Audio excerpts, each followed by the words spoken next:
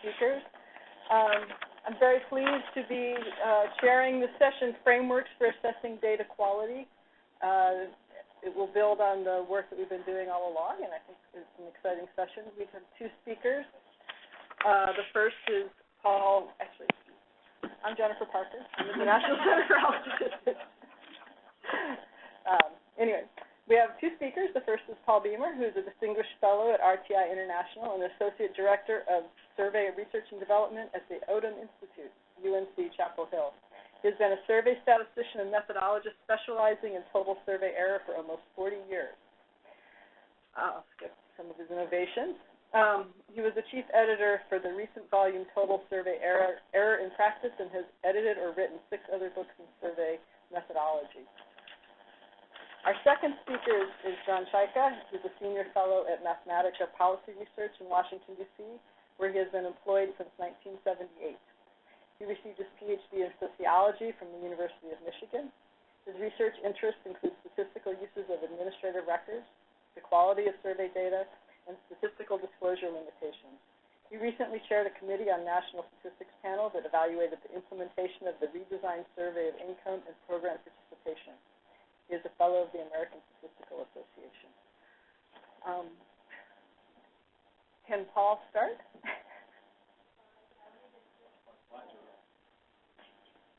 We're working on getting Paul's slides up. I think our speakers from the last session,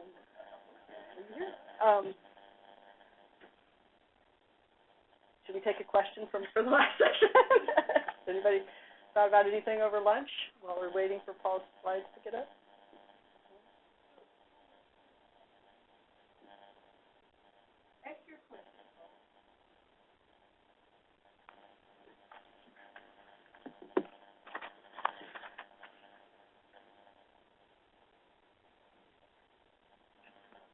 Census Bureau. I was just kind of curious, in light of multiple data sources, we're going to have just so much potential error coming from every place. Is it possible to even have one metric that would help define quality, or are we going to maybe end up with maybe a Surgeon General warning we can plaster on the output?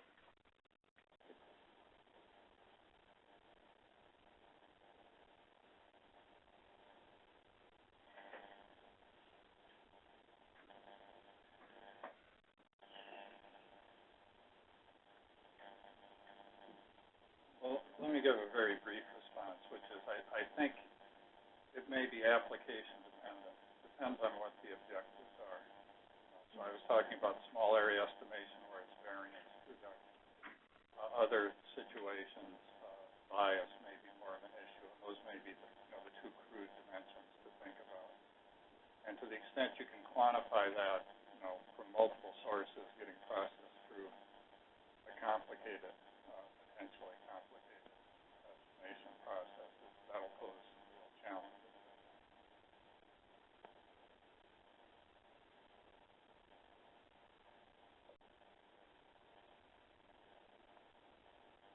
Do you have any?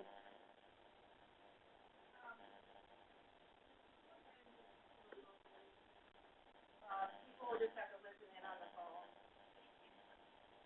We keep losing the connection, so sorry. It is my fault. Well.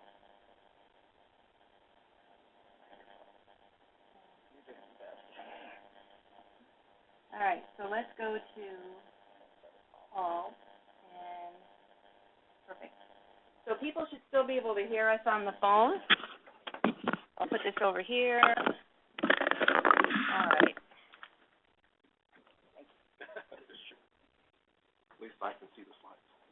I'm going to go ahead and email the slides to everybody, your slides, sure. And then they'll at least have Okay.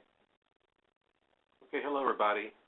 Let me start by thanking our host, particularly Linda Young and the others for organizing this excellent workshop and also for inviting me to speak and share some ideas with you. I hope there's time to have a robust discussion about some of these things, because I would like your input on some of these ideas. Thinking that we've been doing about how to assess and improve the accuracy of estimators from blended or integrated data. And where we are starting on this is basically we are trying to start with the total survey error model, the one that we've been using for years in surveys. And if you're willing to relabel some of the error sources and maybe tweak the delineation of those errors, and so that they capture more of the errors that are also from the integrated data sets, I think you'll see that it can still be quite useful. I'm going to be talking about hybrid estimators, which essentially I'll give you a better definition as time goes on here. But hybrid estimator is simply an estimator that's based upon multiple data sets, and we're going to be looking at a process for creating a integrated data set, and then using that integrated data set to then estimate some parameter of interest in the population. And this can be very general. I mean, we can have multiple data sets. We can have different types of hybrid estimators. We can talk about data sets which are, linked together, matched, statistically matched. You can talk about administrative data sets. You can also talk about data sets that have just been concatenated. So in that sense, it's a fairly general process, but we're going to be restricting, just for the sake of fixing the ideas and just for purposes of communicating the concepts, I'm going to be restricting the discussion to just two data sets. We'll be talking about where one of those data sets is a survey data set. So suppose we're going to have a survey data set and we have some other data set called an administrative data set that we want to combine, and then from that we want to create a hybrid estimate. And I'll be talking about a total error framework. There's basically two frameworks that I'm going to be talking about in detail. One which is applicable to a data set. So suppose we want to be able to summarize the quality of a data set versus an estimator. So we have a framework which is appropriate for data sets, and then we have another framework which pulls a lot of the ideas from that data set framework and talks about the error associated with hybrid estimators. And rather than looking at errors directly, which one can do, we're going to be talking about error risk, and I'll be defining two types of risk, an intrinsic risk and residual risk, and we'll be seeing how both of those can be used in order to be able to develop what I call an error risk profile. So an error risk profile is basically a way of displaying for an estimate or for a data set or for some other entity, as you will, it's a matrix where the rows are associated with the error sources and the columns might be data sets, or they could be estimators depending upon what you're focusing on. And then I'll give you a couple of examples of where we apply some of these concepts. One with the Residential Energy Consumption Survey, where we use Zillow data. We pulled in Zillow data in order to be able to estimate square footage along with the survey data. And another example from a marketing research project that we worked on.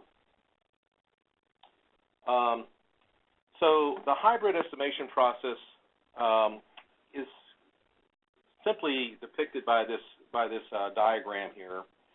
So you have two data sets that go through some integration process, could be record linkage, statistical matching, whatever, concatenation, to produce a unified data set. And from this data set, which could be a database, one then applies some estimation process to produce an estimate, which is then used to infer to a parameter in the population. And that parameter could be a point estimate, it could be regression coefficients, whatever. Now, when I talk about administrative data, I'm using the term broadly, which here's a definition that was given by the United Nations Economic Commission for Europe, which are data holdings containing information which is not primarily collected for statistical purposes.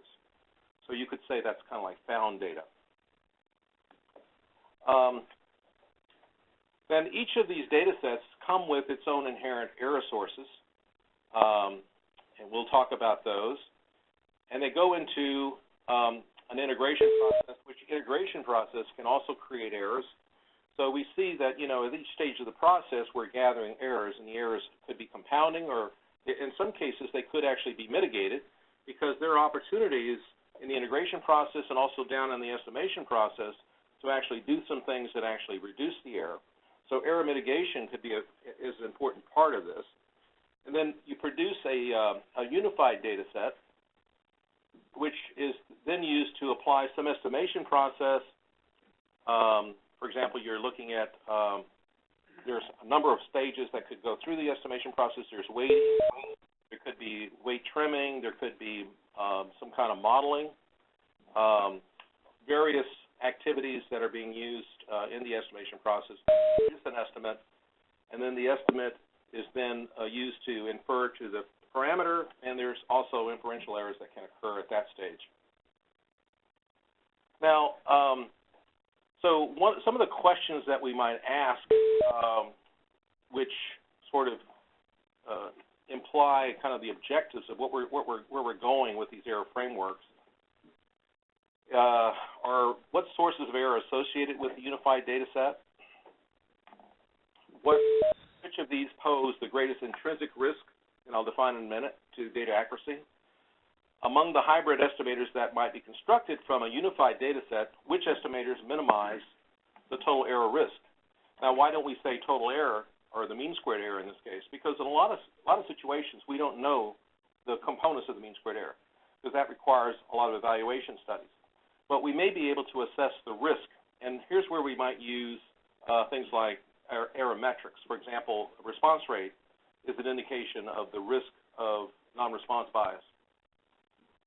And maybe all we have are these metrics, which are sort of indicators of error. And so error risk may be what we're stuck with, and in some cases we don't even have that. And these error risks are basically based on speculation. But I would argue that even having some rough idea of where the most serious errors are in the process will give you a path towards doing further investigation and investigating whether, your speculations are actually correct or misleading. Another question: what are the major intrinsic and residual error risks associated with the hybrid estimator? So now we move from the data set to the estimation stage and the estimator, and then the question is, how do you reduce these error risks so that you can maximize the quality of the hybrid estimator? So this is sort of to motivate why we need some kind of framework to be able to identify the major error sources associated with the data set, as well as at each stage of a process, for example, as well as the final estimates, because the error that are introduced at each of the stages of that process that I showed in the diagram could be very pertinent to the final product. Even though we may be focused on the estimate, the error sources associated with that estimate could be a function of the errors that went into the processes that led to that estimator, as well as the data sets that were integrated or blended to create that estimator. So now we can, and some have, for example, the paper by Reed and JOS recently broke down the process that I just described here on the right in terms of 3 stages, and developed an error framework associated with the integration process. Actually, each of the data sets has a framework. You can have a framework for the integration process and a framework for the estimation process.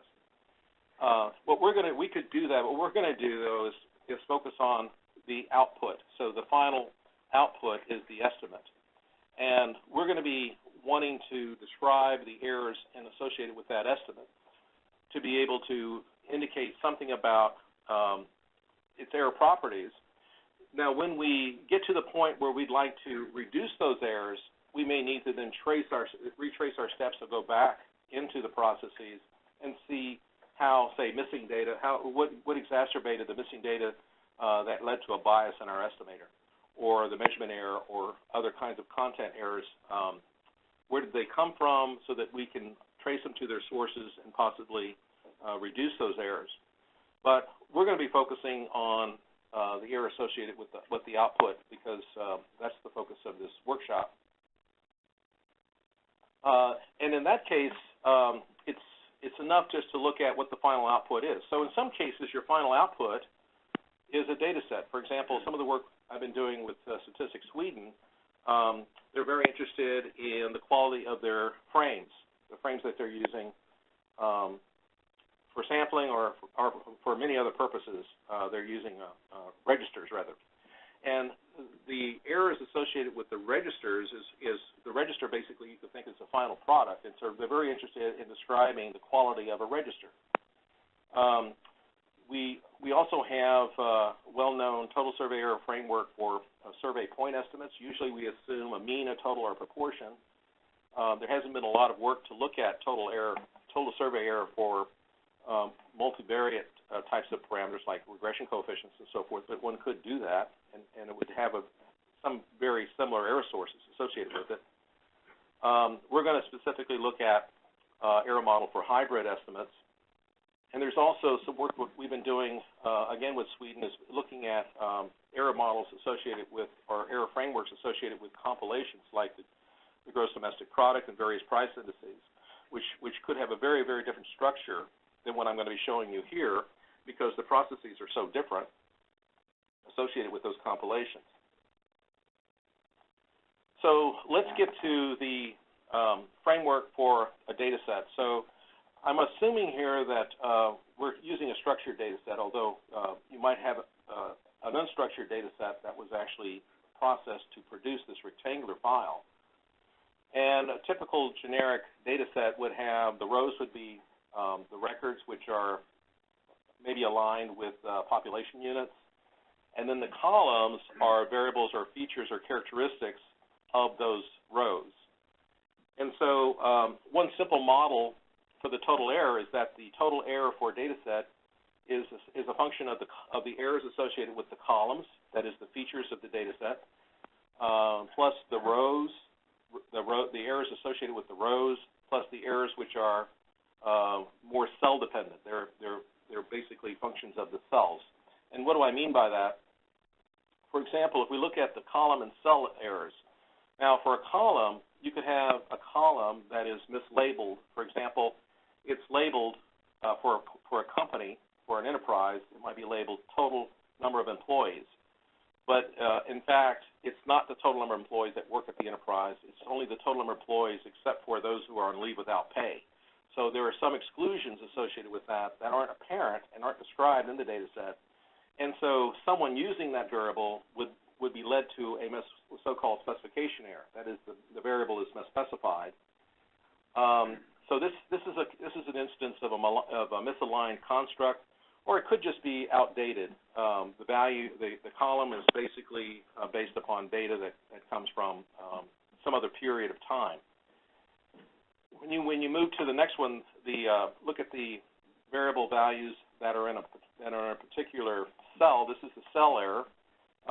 We have labeled that rather than measurement error because measurement error may be one of the reasons why a cell value is in error. But there could be other reasons why that cell value is in error. For example, it could be a data processing error. It could be a data linkage error. In other words, the value actually belongs to some other person that was linked to this person. So there's other reasons other than measurement error. So to broaden the concept here, we just call that content error, which subsumes a lot of these other errors. And then there are missing values. Some cells are empty, and this could be from non-response, but it may not be from non-response. It just may be unavailable. Maybe it was edited out. There are different reasons for missing values in the data file. Then moving to for the rows, there could be some records that are missing, so not all the population members are on the file. That might be deliberately as a result of selection, but it's in particular if it's an error that maybe some records were missing due to undercoverage. That is another reason why records could be missing. Then there could be non-population records which lead to overcoverage. They are not part of the population, yet they're on the file, and then the records could be duplicated. So you take all of these together, they sort of describe then all the errors. what I look at when I look at an error framework is what I'm trying to do is to find a parsimonious framework, that is one that sort of minimizes the number of error sources one needs to really describe the error. It also needs to be comprehensive in that it includes all of the errors that we're concerned about. That's why we call it a total error.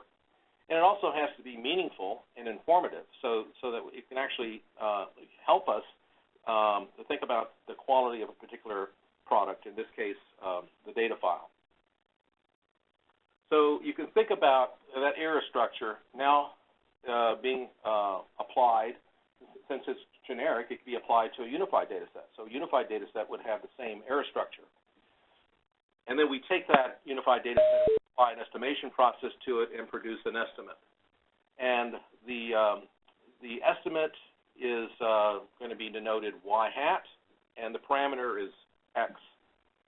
Now, this parameter is sort of a pure construct, and the estimate basically reflects what's in the questionnaire. And this is, I think, something that Bill Bell mentioned in his talk, and that there are target parameters that we would like to estimate, but even if you had a perfect survey, the survey doesn't really get at that target parameter. It gets at a different construct. And that's what we would call a specification error. So if you look at the total error and define the total error as basically the difference between y hat and x, this parameter that we're trying to estimate in the population, you can decompose that into 7 errors. And there's actually 2 terms here that I show at the top, but the term at the very end, the y minus x, that is called the specification error. So y basically reflects sort of the perfect survey value. So if we were able to do a census with no other errors and actually implement the concept that is being reflected by a question in the questionnaire, that would be the parameter y, which may differ from x. For example, a simple example might be the difference between, there's thefts and robberies, and then there's burglaries. And your questionnaire may ask about robberies, but you're really interested in thefts, which is a more general term. So you're not getting at the underlying construct if you're asking a question about, have you ever been robbed? So that's a very simple example, but that's the idea here. Even if your questionnaire performed perfectly, you're not getting at the right construct. And this occurs, you would be surprised how often this occurs in all sorts of official statistics, that the questionnaires are not really getting at the really underlying concept that subject matter experts, particularly labor economists and agricultural economists and so forth, are wanting to get at. And then the middle term right after the equal sign is a complex term there that's really comprised of 6 errors. There's a selection error, or if it was a survey, we might call that a sampling error. But to be broader, we call that a selection error because it may not be a random sample.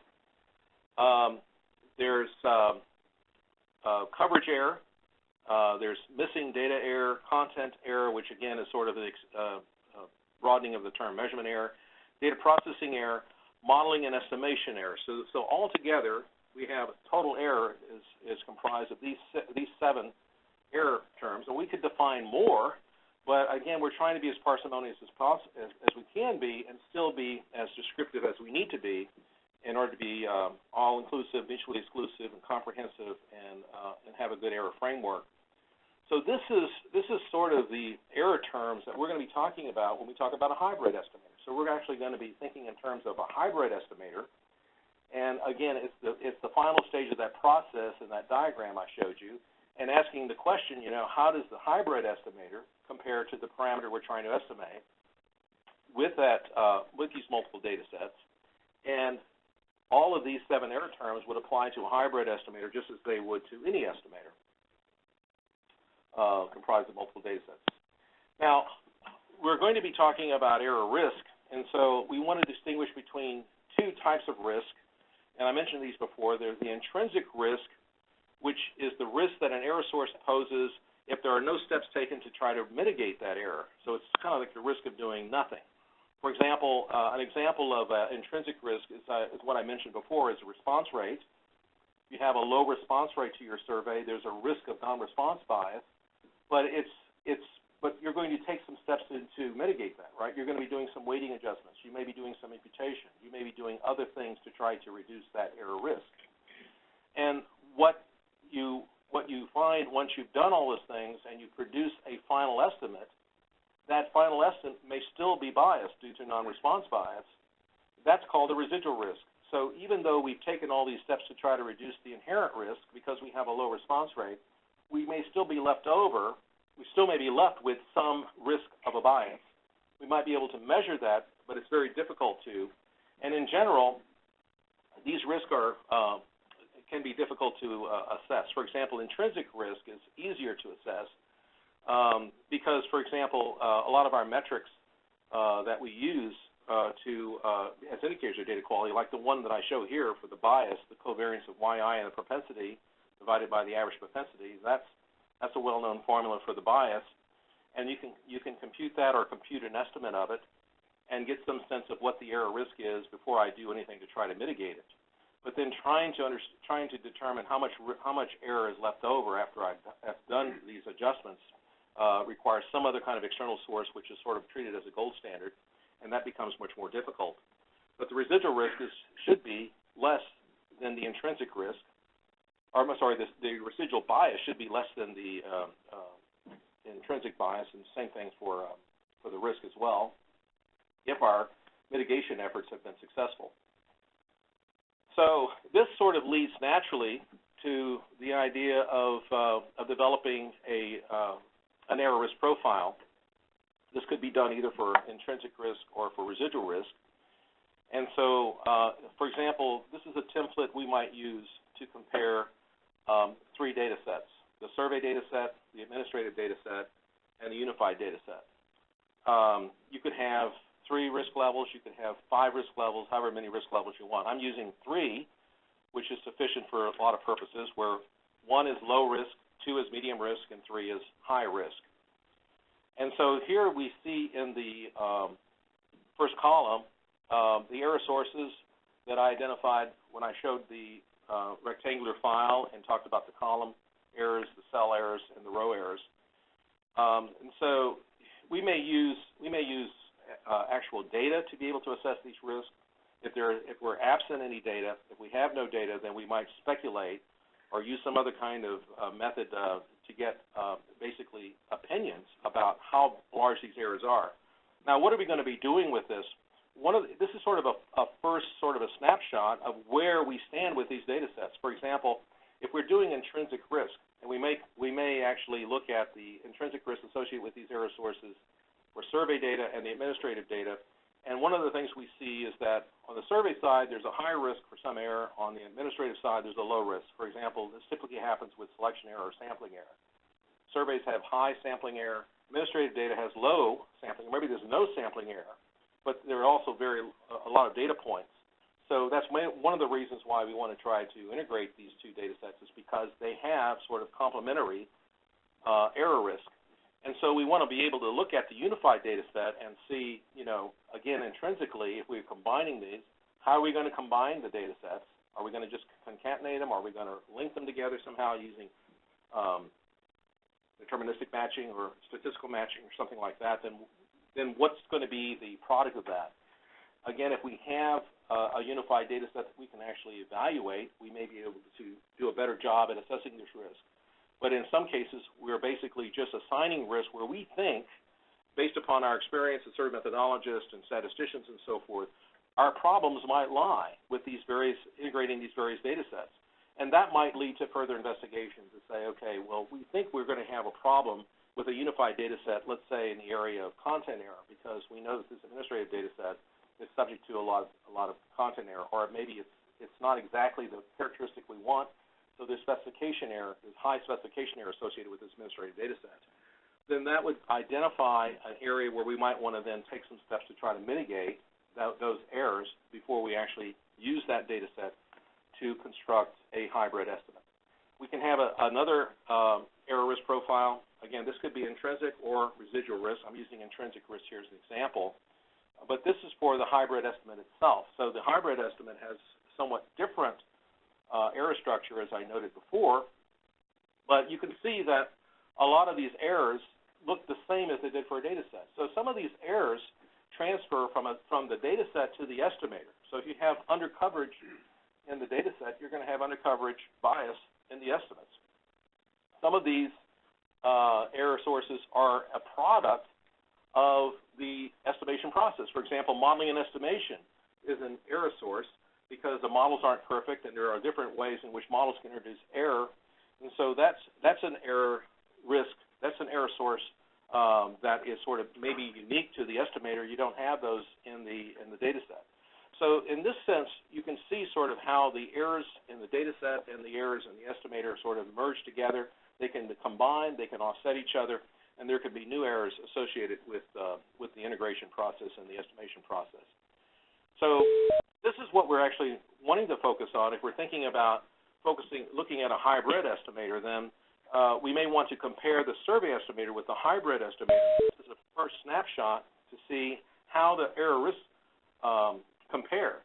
And if we're not going to be reducing the error risk in the hybrid estimator, then the question would be, why do we integrate the data sets to begin with? You know, if we're going to be creating, if there's no way in which we can use the administrative data set to actually reduce total error, and total error risk remains about the same as it was for the survey estimator, then that might cause you to take pause and say, we've got to do a lot more work in order to be able to improve the accuracy of the estimator, because we see that these intrinsic risks are going to be emerging in the hybrid estimator. So what can we do to try to mitigate those and actually get a hybrid estimator that that has a lower total error risk? Now, here's an example that I would, just one of the examples I mentioned from the 2015 REX survey, about 2,400 households. Again, this is an energy use survey. And one can find data on square footage online from a number of different sources. We're using the Zillow data in this example, and we're really interested. One of the things that happened when the residential energy consumption survey went from an interviewer-assisted, that is face-to-face survey, to web, is that the interviewer was an important actor in determining the square footage of a household, because it's very difficult in some cases to know the square footage if you have to compute it. And so the interviewers were trained in how to compute square footage, and so now they went to a web survey. The interviewer isn't available, and they have to explain sort of in a web instrument or in a paper instrument how square footage can be computed. So there's a question about whether or not we can use online sources like Zillow to try to improve the estimates of square footage, because this is an important variable used in energy use modeling. So the goal is to integrate the external data sources with the survey data to improve or evaluate the accuracy of the survey square footage data. Just as a kind of a quick summary snapshot, I show here a graph that shows sort of the average reported square footage from the REX survey. The first two bars are from the REX survey, the respondent reports versus the interviewer reports. The interviewer reports are about 6%, 5% less than the respondent reports, and then the Zillow data, which kind of agrees more with the respondent reports. But this just sort of shows you that there is disagreement in these three. Then there's more evidence of intrinsic error. So we computed some of the other indicators of quality. For example, looking at missing data rates, we see that survey data has more missing data. There's overcoverage in the survey due primarily because of inclusion of vacation homes and secondary homes. There's hardly any overcoverage in Zillow, but there's undercoverage in Zillow because not every area of the country is in the Zillow database. And then we've looked at reliability, and they're close, but nonetheless, it's not good for either one of these. I would say, reliability could be an error risk, definite error risk measurement error for both of these surveys.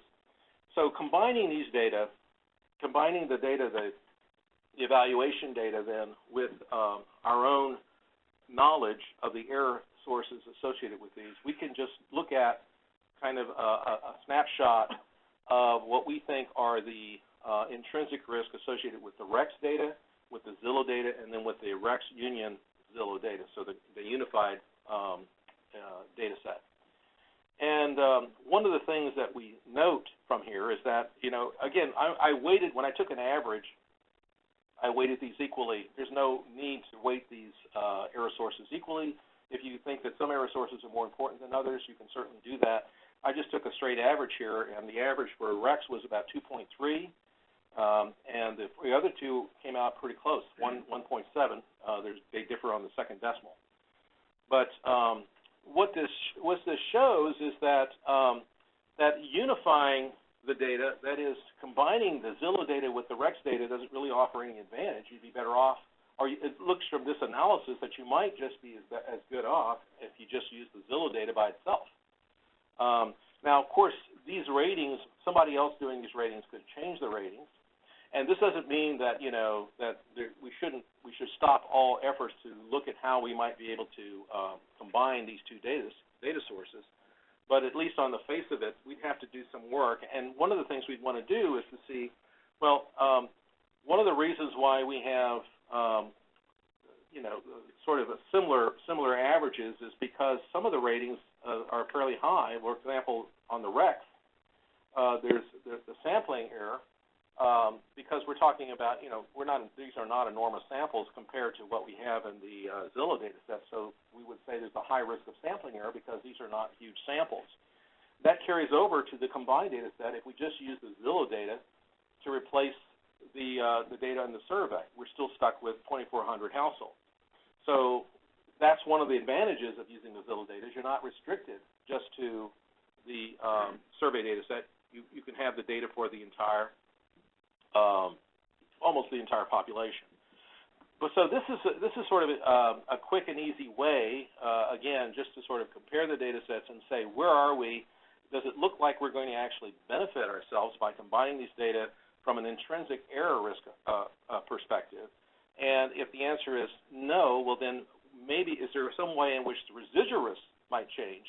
And how might we mitigate some of the errors that we see in the last column here in order to be able to do a better job than what we have shown here and through error mitigation strategies. And then looking at the estimator itself, we again see sort of what you might expect based upon what we looked at for the data set.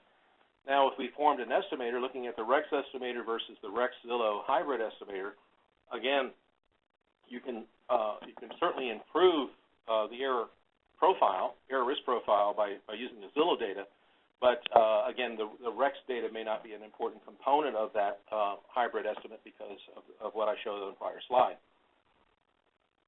The second illustration is one we did recently for a market research client. This client conducts large-scale surveys in the U.S. in 300 different markets and produces quarterly estimates.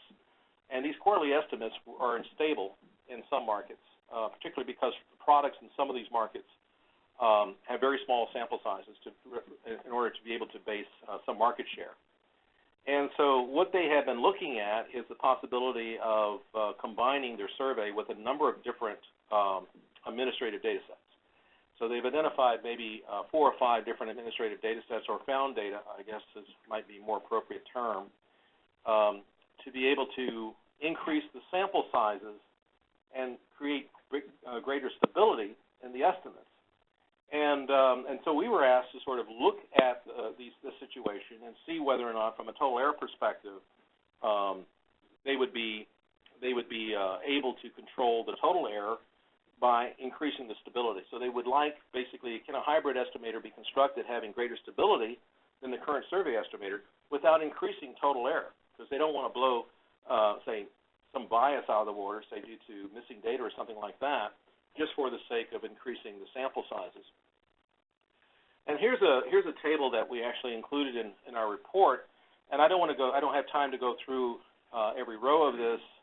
The error profile sort of looks a little different because we had adapted the error profile to their specifications. But nevertheless, what it showed us essentially is that if you look at the hybrid estimator, again, taking just a straight average, there are things associated with the administrative data set that will tend to drive the intrinsic error in the hybrid estimator up, so that at the first glance, it doesn't look like it's going to be beneficial to try to integrate the administrative data, because the administrative data have so many errors associated with them that need to be mitigated.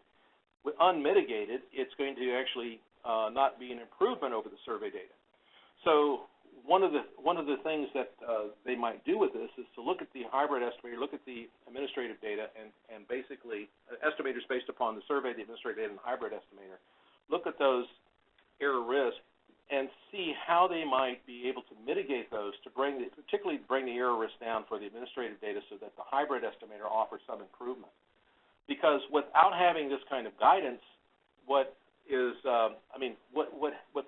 firm was thinking basically is that the incredible size of the data that they're going to be collecting would offset, or could, because they're talking about such enormous data sets, would offset any other problems that the data sets might bring with them. But again, that's only one error source. It's basically the selection error, the sampling error that is being reduced by the size of the data set. Other error sources are coming into play here, unless, again, I should also mention here that there are a number of different hybrid estimators that can be created from these data sets. And so this is just one hybrid estimator that we looked at. Maybe other hybrid estimators that would have different error properties might be, produce a better error risk profile. But at least in this situation, this again sort of causes one to sort of take pause and say, we're going to have to actually do some work here. This is going to require some serious work to understand exactly how to combine these two data sets, how to produce the hybrid estimator in such a way that we maximize the strengths of each of these data sets and produce a hybrid estimator with much better error properties than either the survey or the administrative data set.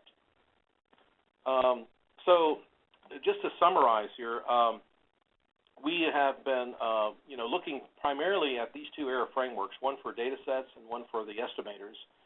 And again, we've tried as an objective to try to adapt the total survey error framework that we are all familiar with, because we don't want to create confusion and complexity. We want to keep the number of error sources. We want to have a parsimonious framework, but we also want to be comprehensive. And I think it's been successful in accomplishing our objectives, in that it has allowed us to communicate, I think, very clearly with clients about where their error risks are and sort of what steps they may need to take in order to control those error risks, in thinking about how they might want to integrate these data and produce hybrid estimates. So again, for that limited objective, I think they're useful.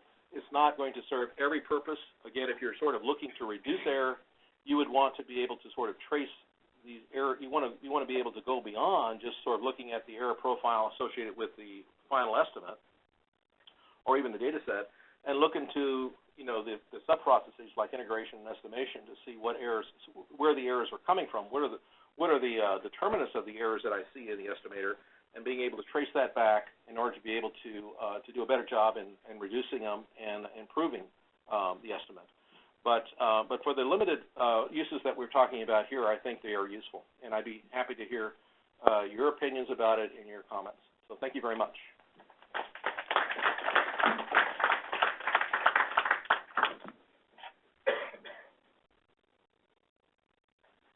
Thank you, Paul. That was great. We're going to take a 5-minute stretch break before our next speaker. This is different than most sessions, but 5 minutes. Stand up, walk around. They've actually been able to see the slides. Good. Yeah. That's kind of interesting. What I liked about his was that you can put it on one page. So we do have somebody else speaking, right? Yes, John Chaika. Okay. So nice. I feel like I'm an absolute failure here. Well, If nothing else, it shows that I could be flexible and figure out other items. yeah, no, I appreciate it.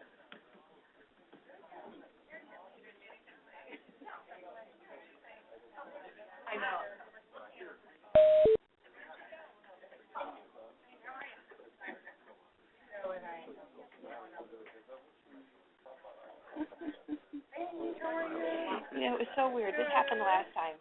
It was all set up over lunch. The slides were perfect. I remember that. Yeah, and then as soon as it started, everything went to, well, I won't say it, but went south. So I'll wave 5 when it's approximately 5 minutes left. Okay. That's kind of what I did before. But is it 30 total? 35, but if you could take 30, that'd be great. All right, I'm going to go pass control to you. I'll be right back. I'm going to start yelling for people to come back in at 11:25. 2:25. I'll wait for it.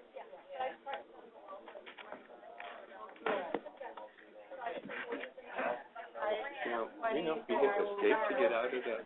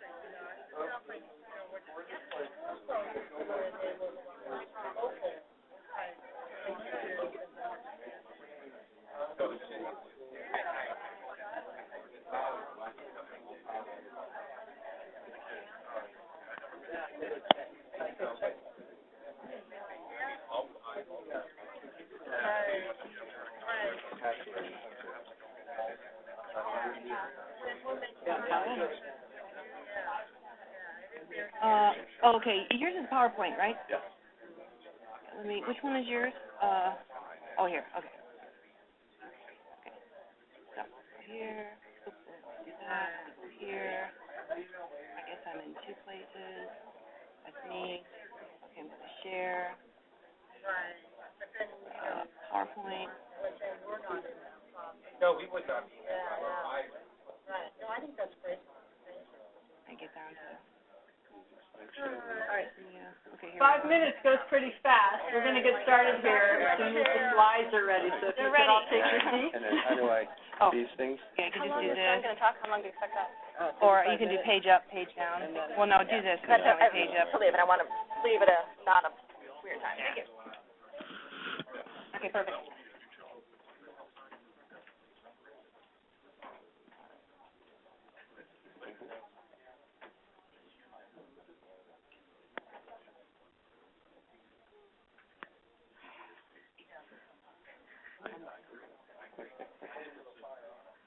All right, so we're going to have John start now. So if you could take your seats, that would be great. All right, thank you, John. You're welcome.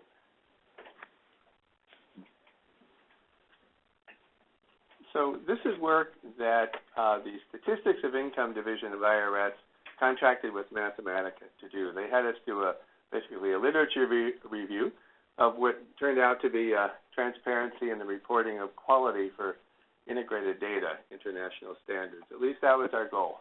So where we get is not quite that.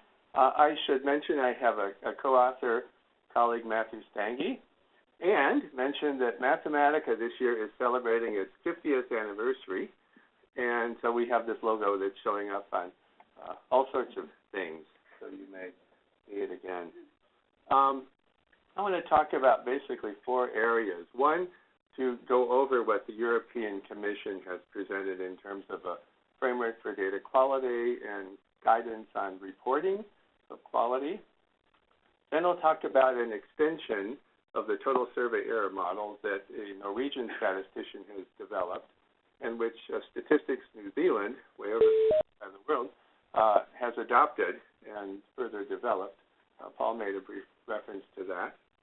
Then I'll say a little bit about some other international efforts regarding administrative data and big data.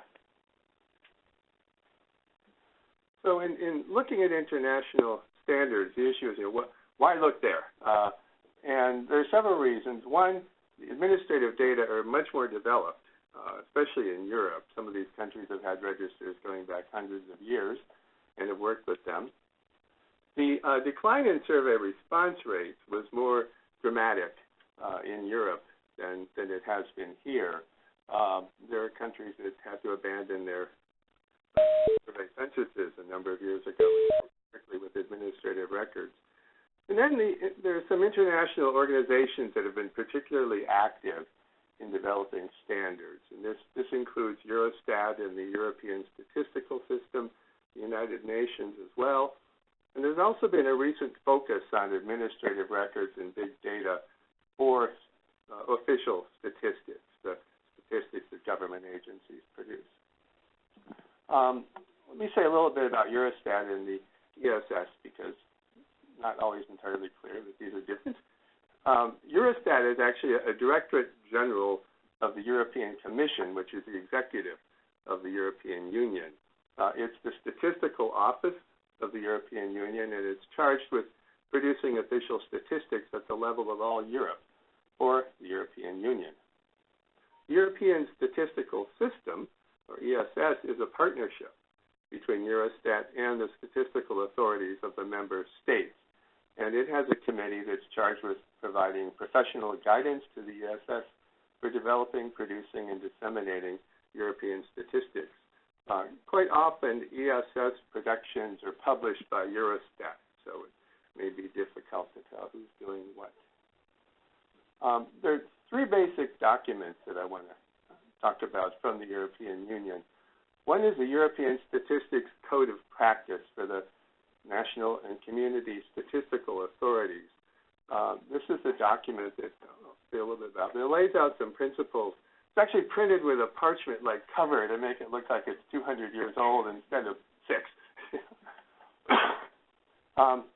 There's a quality assurance framework for the European Statistical System. The current version came out in 2015. And then there's an ESS handbook for quality reports, also in the same year. And that has an appendix that's called ESS Guidelines for the Implementation of the ESS Quality and Performance Indicators. The Code of Practice delineates 15 principles that address 3 general areas. One is the institutional environment. There's 6 principles there. Second is statistical processes, 4 there. And then statistical output, and 5 principles. And with some variation, the principles that are listed for statistical output are often included in frameworks for individual countries, not only inside Europe but also outside, where they're often described as dimensions of quality. And even though we're looking at international standards here, you'll see there's a lot of back and forth between the U.S. and these other countries, and these standards have been around for a long time, put out by various authors. These are the 15 principles. I don't want to take much time on this, but I'll be focusing on those that deal with statistical output, which is our topic for this workshop today. For each principle, the code lists several indicators, which it describes as actions that conform to the principle. And just as an example, under the principle of accuracy and reliability, there are three of these indicators. The code doesn't actually discuss these indicators. That's left to the ESS Quality Assurance Framework, which I'll talk about next. The framework was produced to assist the National Statistical Organizations in implementing the Code of Practice. They're very serious about this Code of Practice. The framework was designed as an aid in achieving quality, not measuring or reporting it. And so we end up looking elsewhere for that. But it provides a series of methods at both the institutional level and at the product process level to facilitate achievement of the goal expressed by the indicator. And as an example, at the product process level, three methods for indicator 12.2, which was sampling errors and non-sampling errors are measured and systematically documented. It suggests periodic quality reporting on accuracy is in place. Quality reporting on accuracy is guided by ESS recommendations, and the methods and tools for preventing and reducing sampling and non-sampling errors are in place. So that's sort of what you get out of the quality framework. Now, the most relevant document for FCSM's concerns is the ESS Handbook for Quality Reports. And it describes its purpose as providing guidelines for the preparation of comprehensive quality reports for a full range of statistical processes and their outputs. And specific objectives of these guidelines are listed here: promoting harmonized quality reporting across statistical processes and for similar processes across member states, ensuring that reports include all the information required to facilitate identification of statistical process and output quality problems. And the thing to keep in mind for Europe is that, unlike our situation here where we have multiple statistical agencies producing different statistics, Europe, you've got this set of countries that are all producing basically the same kinds of statistics, and there's a real need for harmonization of those different types of statistics so that when comparisons are made across countries, they're legitimate. So it's a very different kind of focus. But it's also why enforcement is considered important. There's a strong resemblance between the comprehensive quality reports that are addressed by the handbook and what we in the U.S. refer to as quality profiles. And if you're not familiar with these were intended to summarize everything that's known about the sources and magnitudes of error, generally in a survey. And it was a very systematic, comprehensive review across the spectrum of survey activities, dealing with both qualitative and quantitative results, brought together in one document. It also goes into great detail on the survey operations and the development of the data. Interestingly, the dimensions of relevance, timeliness, and accessibility, which are among the principles for statistical output in the Code of Practice, were typically not included in quality profiles. These quality profiles were produced for several federal surveys, basically in the late 90s and the early 2000s. I'm aware of only one survey for which this was done more than once. And this was the Survey of Income and Program Participation.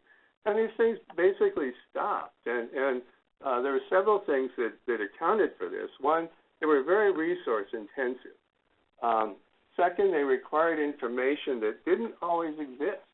They weren't intended to generate new data on quality, but rather pull together everything that's known over a range of things. And frequently, there wasn't really much there. If you think back, many agencies were better able to free up staff to work on this 20 years ago than they are now. And there was also this basic issue of what's the incentive to the survey producer to do this? You're kind of laying out your problems, not necessarily putting out a solution, spending a lot of money to do it, and with not necessarily any improvement coming down the road. So this is really a caution in kind of looking at the European model, that we've sort of been there in some ways, and it was decided that this is not the way we want to go.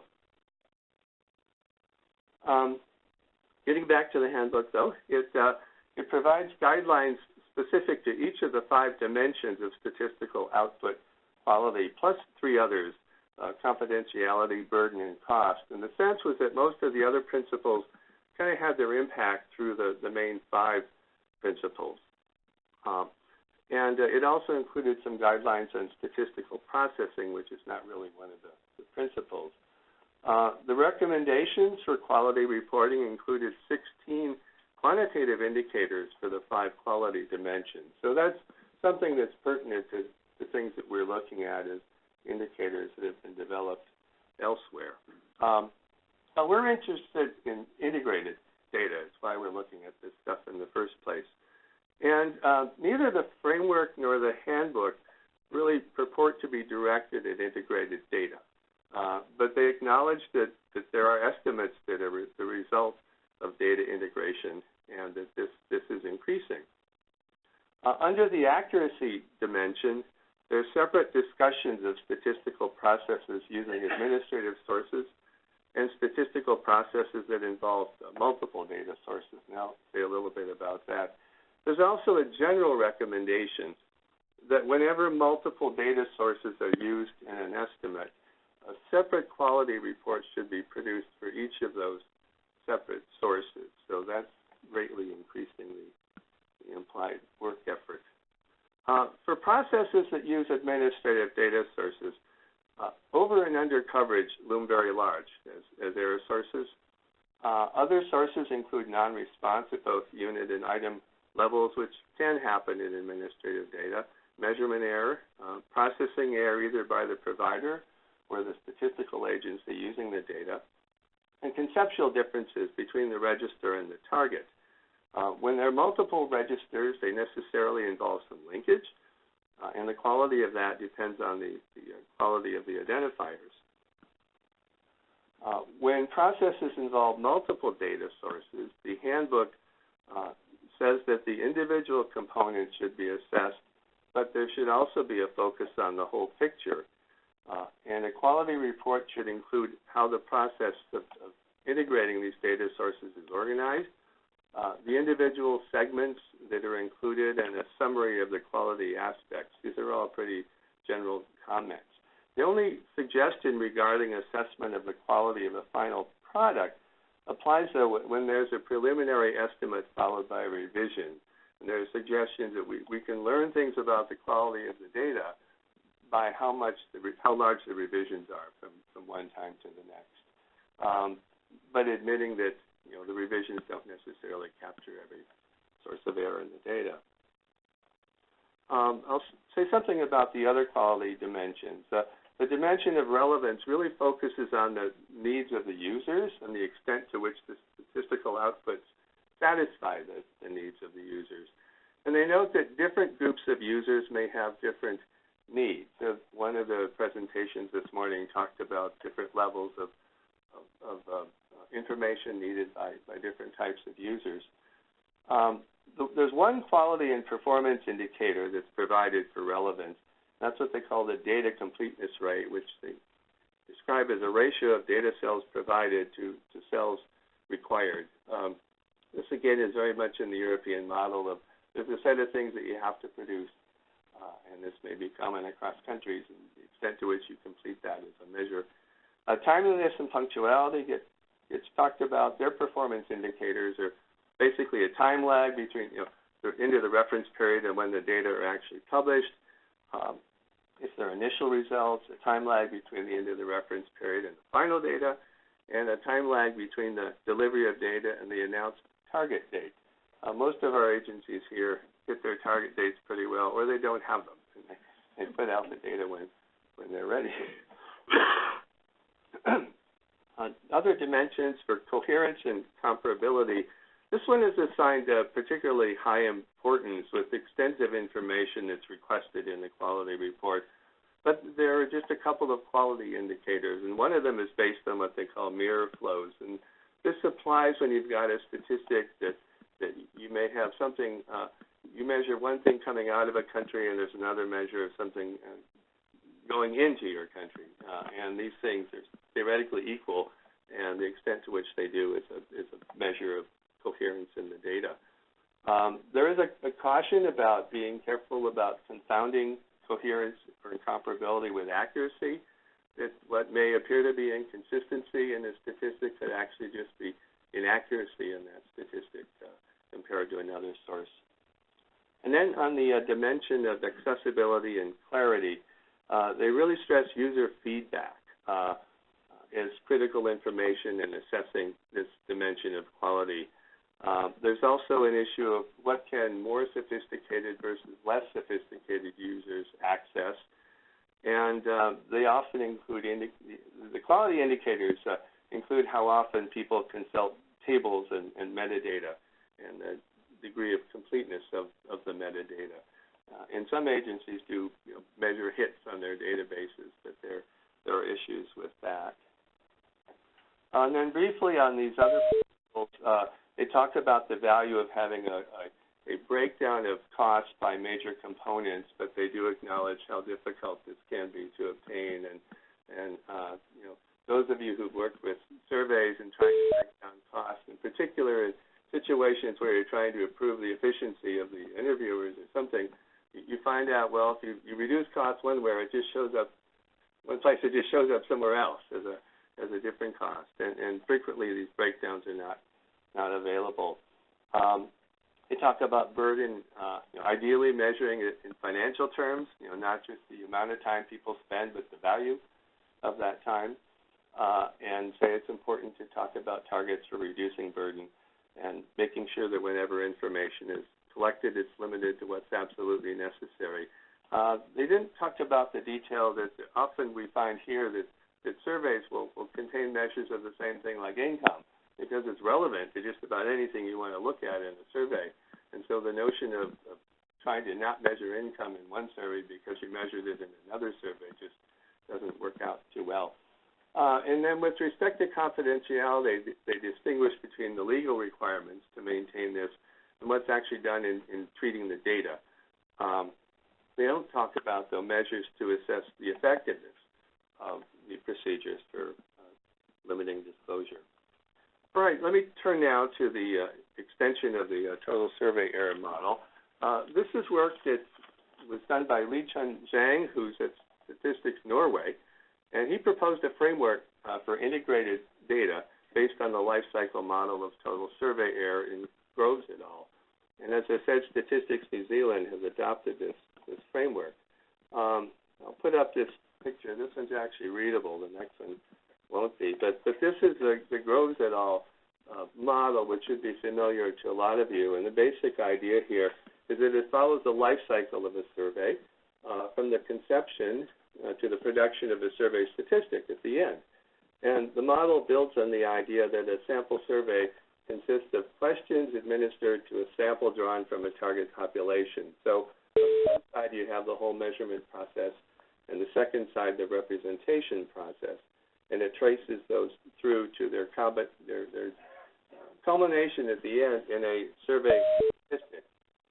An error is introduced or can be at each stage of this process in both sides, and the error is shown here with the ovals, like validity, measurement error on the measurement side, coverage error, sampling error on the representation side. In Zhang's model, which should have been done in 2 slides, but done in 1, it's a 2-phase process where the first phase at the top is carried out for each of the component data sets that's part of the combined data set. And it's very much the Groves model, but it's adapted by generalizing it to administrative data potentially. So terms have been changed along here. There's a reference to measures as opposed to responses. And on the right side to various kinds of sets as opposed to the sample. This, as I said, is done for each data source, but one difference between this and the Groves model is that the culmination of this is a data set, not a statistic. So it's being viewed at that level. And then in the second phase, these data sets are brought together and various processes are done to generate a final integrated data set as the endpoint at the bottom. One of the, well, I mentioned one comment. Zhang really views integrated data as where we're heading, and he comments that the 20th century witnessed the birth and maturing of sample surveys. The 21st century will be the age of data integration. So that's where he's coming from. And in the lower portion, you see such terms as harmonization on the measurement side and linkage on the representation side. These are critical steps. He also uses the term objects up in the top, if you can see this, as opposed to in the Groves model, it would have been the target population. And in the lower part, the objects become units, and there's a box that's below the figure that integrates the data sets that refers to this. And he makes the comment that your administrative data, for example, might come from measures of jobs, but what you're really interested in your final measure is persons. And so there's this conversion step that may need to happen. It's also the case as we move down through this diagram that there's a process of potentially converting units to a different type of unit. And one of the issues that has arisen in the censuses using registers in a number of European countries is that the registers are all people. But in order to get the census right, they want to put the people into households. And they don't tend to have household registers that pull in the people with them. And so there's a need to link people into households in order to create these units. And there's potential error in doing that, getting people in the wrong units, or getting the wrong unit size, and so on. So that is really a challenging area. I mentioned that his conceptualization of this is at the data set level. And consistent with that, he envisions an ideal target integrated data set, kind of the analog to an error-free survey statistic that we view at the bottom of the Groves model. And so discrepancies between the target data set and the final integrated data set are analogous to the concept of total survey error for a particular survey statistic. And to talk about the accuracy of the final data set, he develops the concept of empirical equivalence, where the idea is that two data sets are empirically equivalent if they generate the same inferences. And he makes the point that this doesn't mean micro-level equivalence. The ideal data set doesn't need to have the same people as the actual data set, but you want to generate the same conclusions from the data. And he also extends that to assessing public use data, which is something that we don't often think about the additional error that's introduced there on purpose to protect the confidentiality of the data.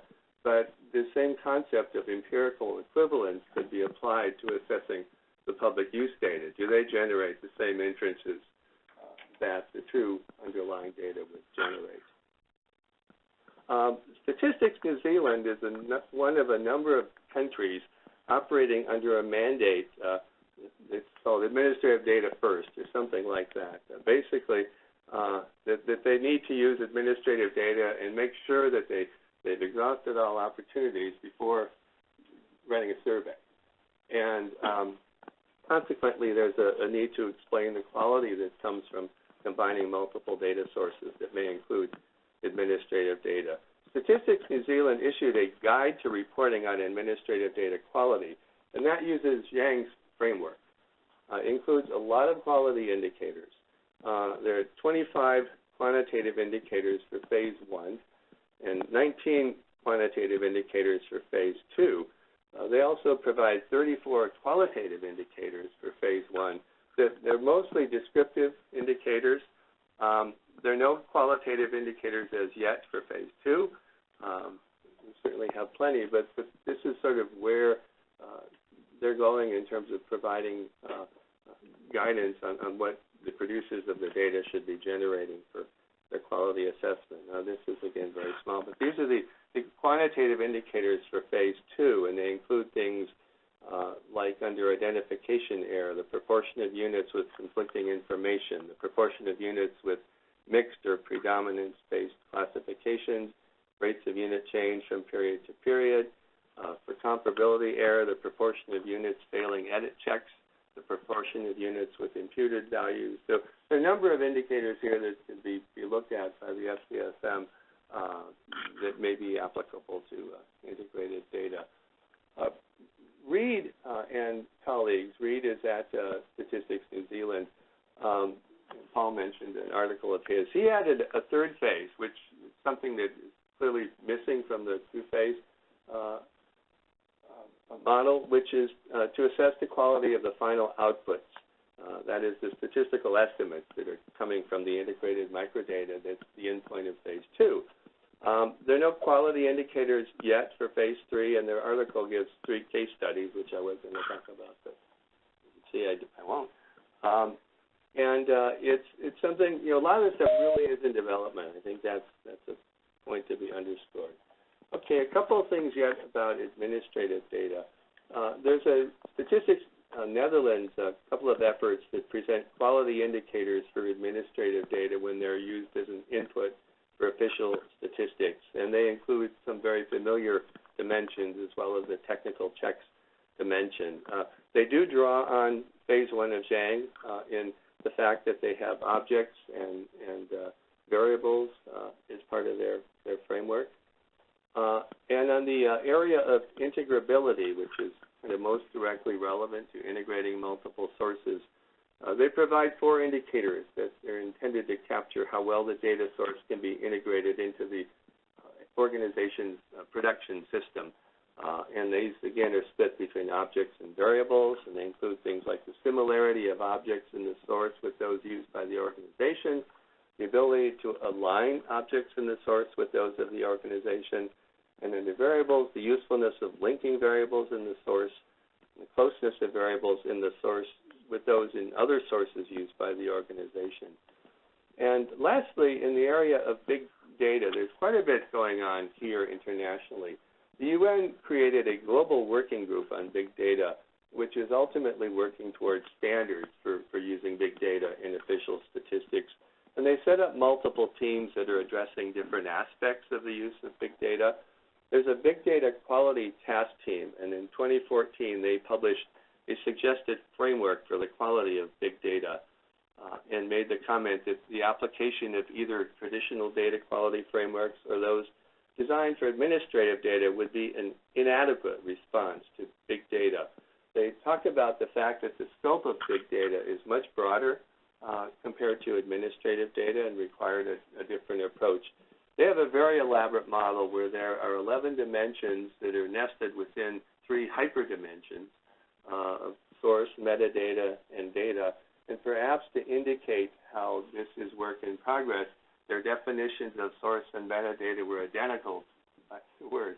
So I don't think they're quite done with those. But they list possible indicators for each of these dimensions. So again, you think about the 3 by 11 by possible indicators. There's a lot there, but most of the indicators are posed as questions. Some of them do involve calculations. And that is it.